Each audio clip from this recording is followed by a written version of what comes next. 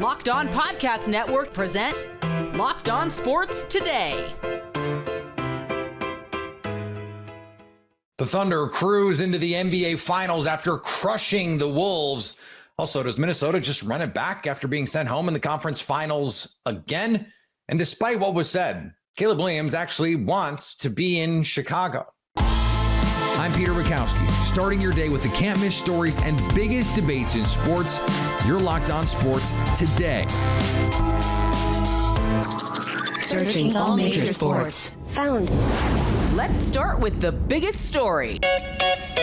The Oklahoma City Thunder are going back to the NBA Finals, a 124-94 thumping of the Minnesota Timberwolves and a gentleman's sweep in not really very gentlemanly fashion with all these blowouts. Rylan Stiles at the arena in Oklahoma City, where we could just hear the crowd yelling, OKC, OKC. This is a rabid fan base, Rylan, and they have reworked this team really on the fly over the last couple of years. You and I were talking during last series. That series felt in a lot of ways like the West Finals. What was it about this matchup that was so advantageous for OKC?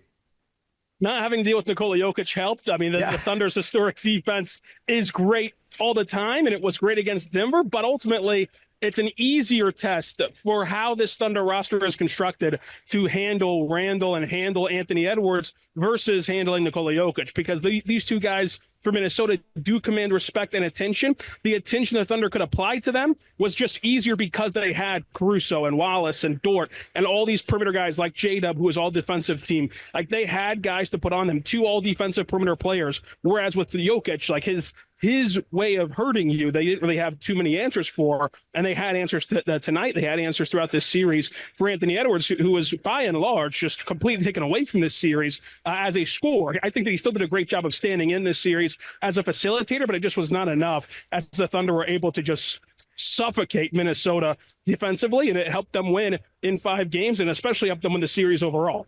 Yeah, you could see in game 4 and in parts of game 5 where Anthony Edwards is just frustrated with the way he's being defended because he's used to being able to overpower teams. And he's still a young player figuring this out. That's the interesting thing, Rylan, to me, looking at these games. You look at the box score, and the Thunder aren't doing anything special offensively. Not really. Anyway, they shot 50% from the floor in this game, but 94 points to hold an Anthony Edwards team to 94 points. Their defense has been all world all season. It's one of the best defenses we've ever seen in the modern NBA.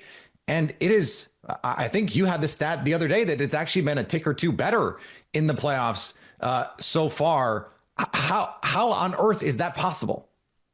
I mean, it just is a testament to these guys as they come out every single night and they play disciplined yet physical. They get into your body. They get into the passing lanes. They never take a possession off, and they never allow you to truly stretch your legs and get into a groove, especially in these games that they win. You just never feel like you've got your win behind you, guiding you through offensively because of just the physical nature of this team. That they play a style that is hardly ever played anymore in the NBA with how aggressive that they are. It garners a lot of attention and complaints and frustration from oppositions and their fan bases, but it's what the Thunder do, and teams have not been able to adjust to it, and they're just flat out great defenders, and they've built a roster around great defenders. They haven't built a roster around three-point shooting, or they haven't built a roster around just having 3 top-notch isolation scores. They have one of the best in the world, and they have a couple guys who are pretty good, and then the rest of them, though, all 15 guys, they defend. That's what all 15 guys do, and so that's their identity, and that's what's been able to get them this far. And the attention to detail on that end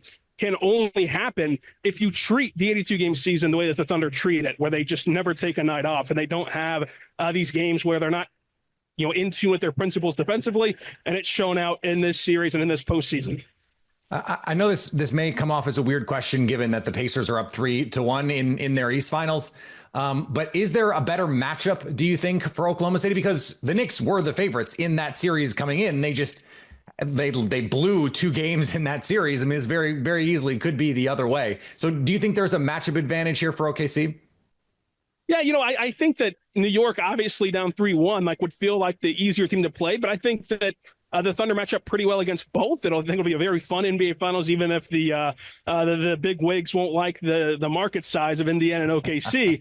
But when you look at New York, the reason I would pick them is not just that they're down 3-1, because they easily could have been 2-2 with a few bounces. It would just be that it's a long series. I mean, you're playing another month if you make the NBA Finals, and they play a 5 to 6 man rotation of competent NBA players, and the Thunder have a much larger runway to work with. And I just think that the way that the Pacers have exploited the Knicks defensively, where you can just get Brunson into every action and Cat into every action. Yeah, the Thunder only have one generational top tier scorer, but that's all they need against New York to bring Brunson and Cat into just a disastrous situation trying to guard SGA as a 3-level scorer. So obviously it'd be easier, I think, for OKC to play New York. They've had success against New York this season, but they still match up pretty well against Indiana if it's the Pacers that hold on. Last thing I want to ask you about, Rylan, is the last time we saw this team in the finals, they had a core that looked like they were ready to go on a dynastic run, and they were not able to keep that together here. OKC now in a similar situation. Now, not, Shea is an MVP. We don't know what J-Dub and Chet are going to develop into, but it has a very similar vibe right now. It certainly does. I think that it is a testament to how Sam Presti has built this team and the runway that Clay Bennett has let him have to build this team, and the ability to stick with a plan.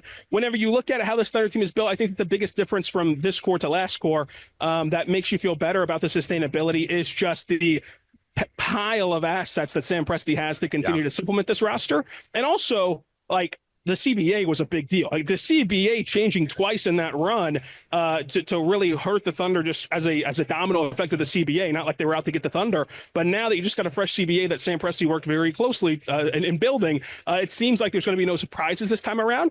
They'll have to change their roster at some point, but the top 3 guys, as long as they want to be here, should be able to be here mathematically and with the league's restrictions and all. So they're going to have to keep nailing their picks, because they're going to have to overturn this roster with those draft picks to get more cost-controlled talent in here. But it does have a similar vibe, and it does have a situation where you could see a sustained run. Look, I mean, the first run for the Thunder, everyone points to that picture of them in Miami as kind of like a what could have been.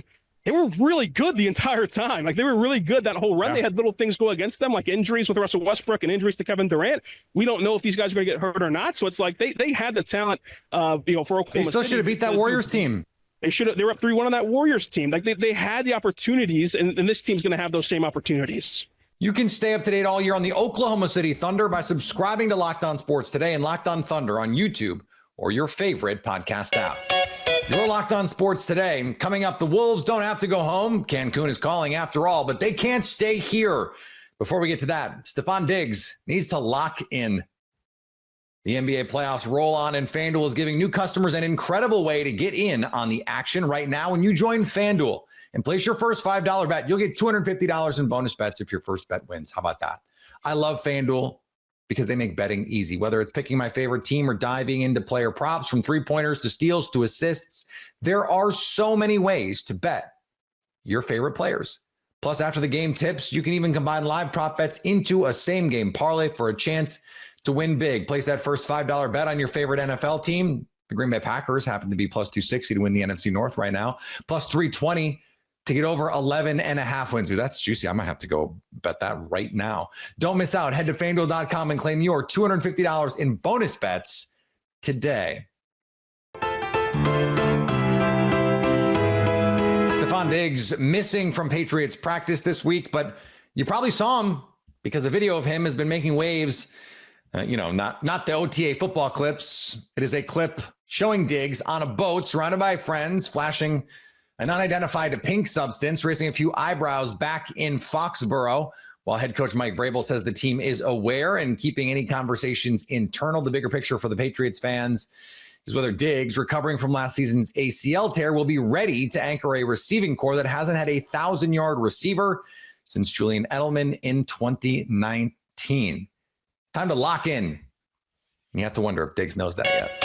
The Hurricanes tried to hold on for dear life at home against the Panthers. It's another clincher on the road for the Panthers. This time, it's for their spot in the Stanley Cup Final. What is up, guys? Armando Velez here from the Locked On Florida Panthers podcast. Here to quickly break down the Panthers' 5-3 win over the Carolina Hurricanes in Game 5 to clinch their spot in their third straight Stanley Cup Final. And the Panthers had to do it in comeback fashion after being down 2-0 in the first period after some poor passes in the neutral zone. They turned it on in the second period with 3 goals in less than 5 minutes, including 2 in less than 30 seconds. Matthew Tkachuk had a power play goal and a secondary assist in those 30 seconds. And although the Carolina Hurricanes did score to tie the game after a little bit of a broken play off a breakout pass by Gustav Forsling, wizardry by Alexander Barkov to set up Carter Verhaeghe to get the GWG on the night, and Sam Bennett out of the penalty box knocked it into the empty net. We'll break all this down on tomorrow's edition of the Locked On Florida Panthers podcast, your team every day. The White Sox scored 9 runs on 12 hits and crushed the Mets somehow. At least the Chicago White Sox are leaving New York with a victory. And Andrew Benintendi getting his timing back is a big reason Chicago salvaged a game in a series they should have won. Hello, I'm Todd Welter, host of Locked On White Sox, and the White Sox crushed the Mets 9-4. Kind of nice to have an easy victory after the White Sox blew a late 1-0 lead on Monday, where Chicago just could never put the Mets away.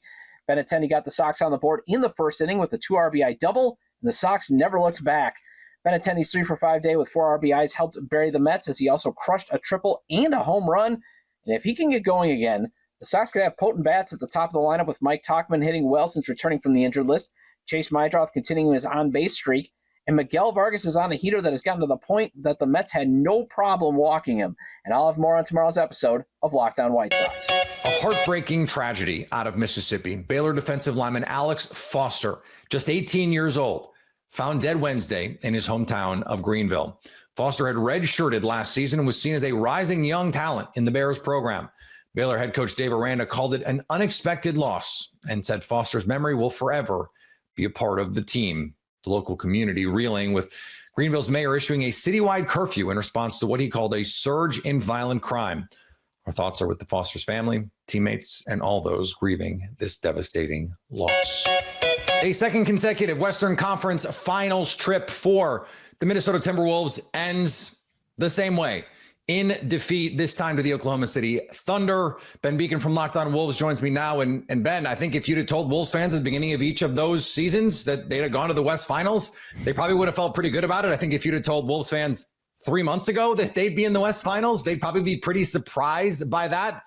But I'm sure right now it is hard to feel anything other than disappointment. Yeah, I mean, that's certainly the glass half full perspective on this, right? I mean, that's true. Any consecutive years with conference finals, especially a Wolves team that had gone to the conference finals once in their first, I think, 33 years of existence, that's certainly a positive way to look at it. It's not the one that many Wolves fans, I don't think, are going to take that perspective right now. But also to kind of the second point you made there within that first point is, even just a few weeks ago, I mean, this Wolves team was trying to stay out of the play-in in early April. Like that came down to the final week of the season. So obviously this was a case of OKC is the class of the NBA, and it would be a massive shock if they didn't win the title at this point. Doesn't excuse how the Wolves played in this particular game. They ended up losing by 30. They scored 9 points in the first quarter. So, I think both can certainly be true. It was a good coaching job. It was another year of growth for Anthony Edwards overall, not this game, this season. But it ended in unbelievably disappointing fashion. And with barely a whimper here in a gentleman's sweep in the conference finals for a second straight year. I mean, both conference finals were 5-game defeats at the hands of Dallas last year and OKC this year. So certainly a disappointing close to the season. Yeah. You and I were talking before Game 5 about, Anthony Edwards and his ability to control games, especially at the end of them. But this, and really last year either, does not seem like it's on him. It doesn't feel like, okay, Anthony Edwards wasn't good enough, and so the Wolves were therefore not also good enough. Yeah, I think that's true. I think that's true. I think it's also true that, you look a couple years, 3 years ago, I guess the Wolves beat OKC in the play-in in order to get the 8 seed. Yeah. I think it was 2 years ago Denver won the final. So yeah, 2 years ago. I mean, that was only 2 years ago. And obviously OKC looks different. The Caruso trade last year, the Hartenstein acquisition, but SGA going from, a top 15 player to a top 2 or 3 player in the MVP this year was a huge thing for them. Ant going from, I think he's now pretty unequivocally a top 10 player. He was second team All NBA for a second straight year. If he can go from a top 10 player to a top 3, 4, 5 player even, then yeah, this looks a lot different. But as you mentioned, like, he didn't have a terrible series. There were certainly bad moments. I think he could have been a little more aggressive, at least at the start of game 4, which is obviously the pivot point, the one close game in the series that they lost by a bucket. Yeah. So yeah, Ant could have provided more, but he wasn't the sole reason they lost. I think, game 4, it was Julius Randle had a terrible performance, and Jalen Williams, J-Dub, was awesome for the Thunder. And so that was really the main difference. The other Wolves role players were good. In this game, it was the role guys that missed shots early. Jaden McDaniels missed 3 or 4 wide open corner threes. Nickeil Alexander-Walker was 0 of 8, had a bunch of turnovers playing point guard. Just the other guys were not good enough. And neither was Ant, but you cannot, obviously it's going to fall to him. That's going to be the narrative, is the best player of the team. They lost in 5 games. But there were other issues over the course of this series, and in game 5 specifically, that we can't necessarily only point to Anthony Edwards as the reason they fell short. Well, and that's going to lead to questions this offseason. You'll have plenty of time to discuss that on Locked On Wolves, surely, over the coming weeks and months. But I think that question of the Julius Randle versus J-Dub is the perfect framing of this, because no, we don't really do big threes in the NBA anymore. It's really, really, really hard with the second apron and all that stuff to be able to do it. But I think it would be fair to go, is Julius Randle a good enough second option next to Anthony Edwards if you're going to compete with Oklahoma City, who looks poised, to be fair, to have at least a sort of mini dynastic run here for the next couple seasons anyway? Yeah, it's a great question. I mean, Julius Randle has a player option for next year. And, as of a week ago, it seemed pretty obvious he'd opt out because it's just not a good free agent class. But then again, nobody has cap space. It's like Brooklyn and basically nobody else.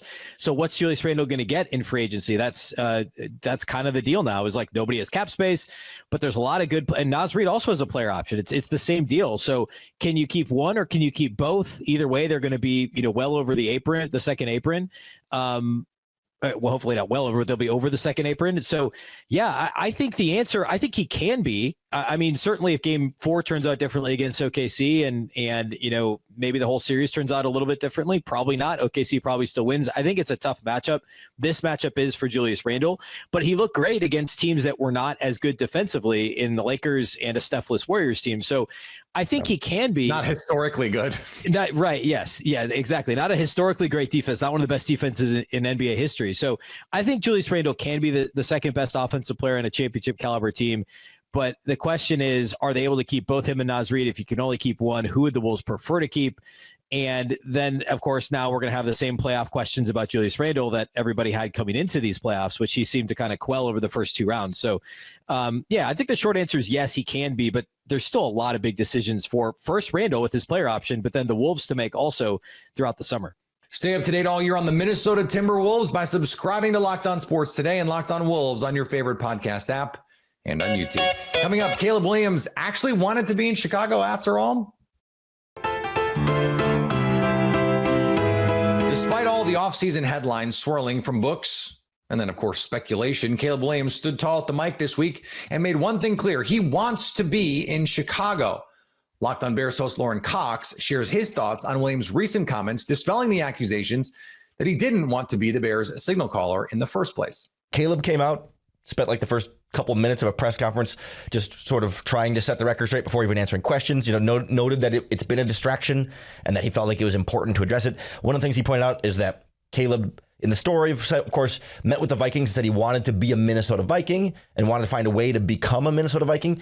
He said that was true. He, of course, he does like the Vikings coaching staff or whatever, but that was before he ever had met really with the Bears. And he said, and he went to the Vikings facility, met with them, really, really loved it. But then once he went to the Bears facility and met with them, he bought in. He was all in and said, I'm going to be a Chicago Bear. I'm not going to do any of this. Then that he's really enticed by the challenge of turning the quarterback position around for the Chicago Bears. But the bottom line is Caleb Williams loves being here and has left no doubt that he loves being here. And I think we don't have to worry about this being a continuing problem in the future because of the type of competitor that he is.